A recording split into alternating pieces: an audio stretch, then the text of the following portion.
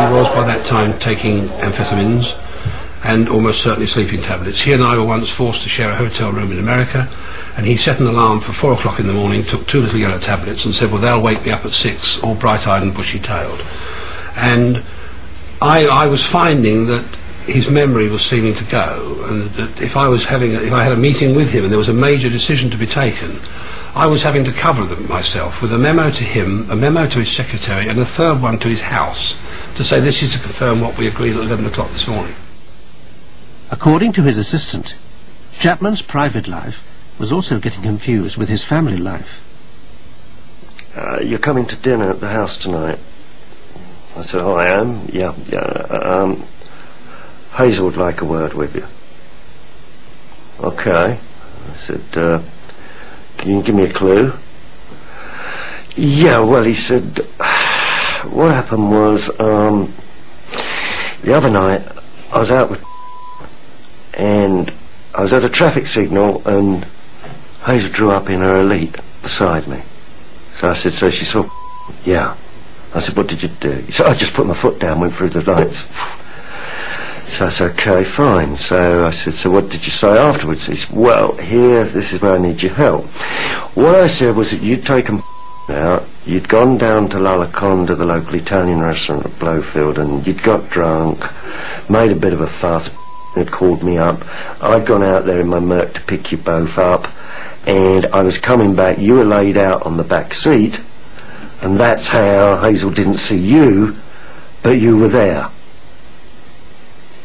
Is that okay? I said, well, I could probably, get on with that, yeah. So we go to dinner that night, and there's Hazel one end and Colin the other end, and we start this meal, and it's real frosty.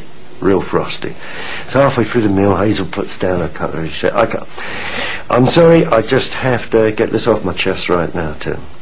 She said, I am absolutely disgusted with you. I said, how's that, Hazel? You are a director of a public company of which my husband is the chairman.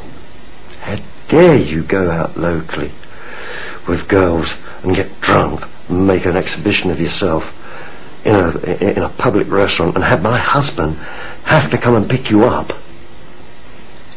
I thought, okay, I can take this. I look at Colin, he looks down the table, he says, this has got to stop, Tim. Anyway, I go out to the porch saying good night. Hazel's got it off her chest. The old man turns around and he says, Tim, Hazel's got a point, you've got to start behaving yourself, you've got to live up to the position I've put you in. And I'm walking out to my car thinking, hold it, this guy now actually believes what he's told her. And I think, if you ask other people who were around in those last couple of years, 3 years, he really began to get scary from that point of view, really scary, that he would believe those things. Into this world of make-believe came a fairy tale sponsor, awash with money. The Albert Hall, February 1980. $1 million worth of smoke, champagne and dancing girls launched Chapman's latest Lotus. Yet no one had ever heard of Essex, the name emblazoned on the car. Essex, a Monaco-based oil dealing company, was owned by entrepreneur David Team. Team was the sole successor to John Player. His company was called Essex. A very odd man team anyway to have anything to do with Formula One. From an art background, he was a true 1960s character, complete with ponytail and everything else, and a saturnine and a strange man who operated basically out of telephones and computers inside a Monaco apartment, dealing in spot oil. The world of oil dealing was extremely volatile. In 1 year, David Team made $70 million. Chapman was mesmerized by the orgy of cash. We were looking at various avenues to see what we could do to, as we say, illuminate our profile within the petroleum industry. And the two obvious ways to get the people through sports are football and motorism. We have the petroleum industry really has nothing to do with football. So we decided to go motor racing. And David Team lived in Monte Carlo and gave all the signs of being incredibly wealthy with his personal jet, and that had an impact on Colin. Previously he wasn't bothered about going to a good restaurant or staying at a good hotel. He would make sure Hazel had a nice hotel to stay at, but it didn't really bother him. And if you were travelling with him, a kitty cat in the cockpit of the aeroplane was all he wanted. But then he understood what the rosettes and stars meant in the guides, and he spent less time with the cars, less time with the mechanics, and more time away from the circuit. Despite Team's millions, Lotus hadn't won a single race since the DeLorean deal was signed. Team was arrested at an airport in Switzerland in April 1981. The charges were dropped and he was completely cleared, but his Essex empire had collapsed. The fairy tale was over. John Player returned as sponsor, but Chapman's luck did not. This last great innovation never reached the starting grid. It's meeting a lot of resistance from the traditionalists in racing who see it as a threat to the traditional way of building a racing car. There's two cars really. There's the car that the driver sits in, this bit in the middle, which is softly sprung, and then there's the bodywork which carries all the aerodynamic load which holds the car on the ground, which has got another set of springs, and as you can see, if you move, it goes down separately from the rest of the car. A brilliant idea, but a desperate throw at the edge of the rules. It was soon banned for good. Chapman was shattered.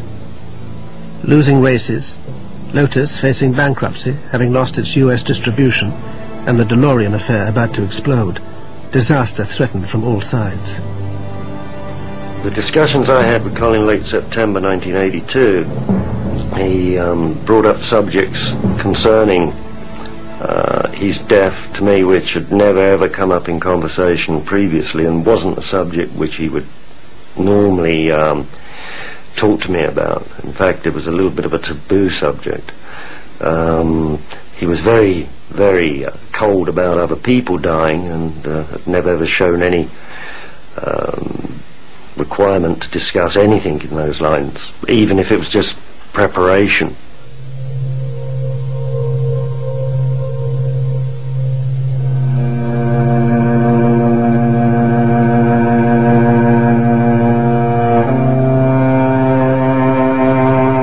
Chapman had raised Britain to the top of Grand Prix racing.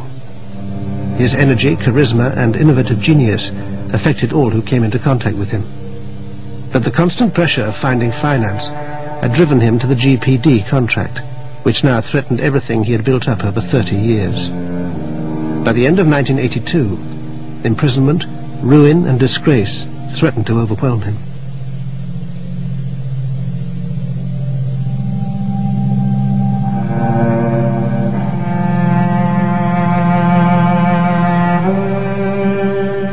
A week before Christmas, he flew back from Paris, landing in darkness. He would not see the dawn. At 4 a.m. he died of a massive heart attack in his wife's arms. It was December the 16th, 1982, and Chapman was 54.